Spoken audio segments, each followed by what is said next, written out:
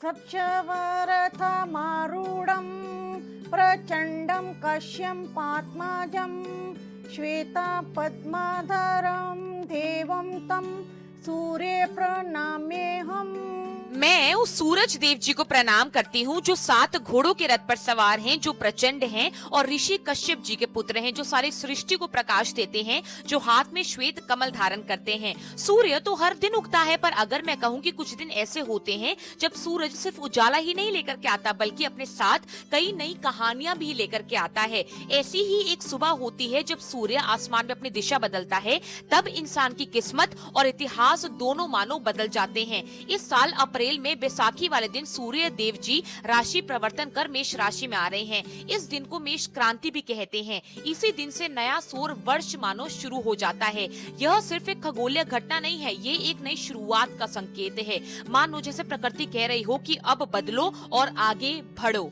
इसी के साथ साथ धरती पर भी मानो बदलाव आता है और बैसाखी का त्योहार आता है, और इसी दिन फसलों की कटाई की जाती है, जब किसान अपनी महीनों की मेहनत का फल पाते हैं। इसलिए बैसाखी कृतज्ञता, खुशी, मेहनत और समृद्धि का त्योहार है। और इसी दिन 1699 को बैसाखी वाले दिन एक और नया इतिहास बना। खालसा पंथ की स्थापना हुई, जब गुरु गोबिंद सिंह जी ने आनंदपुर साहिब में एक भरी भीड़ से पूछा कि धर्म के खातिर कौन बलिदान देने को तैयार है।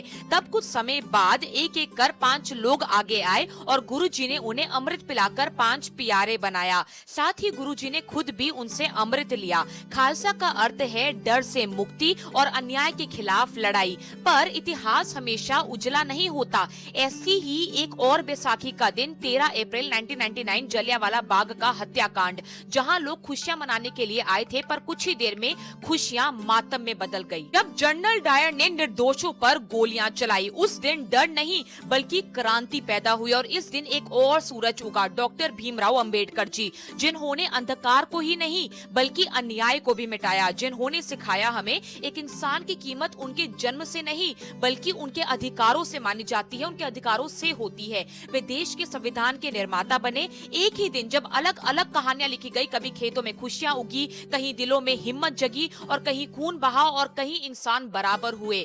यही असली भारत है।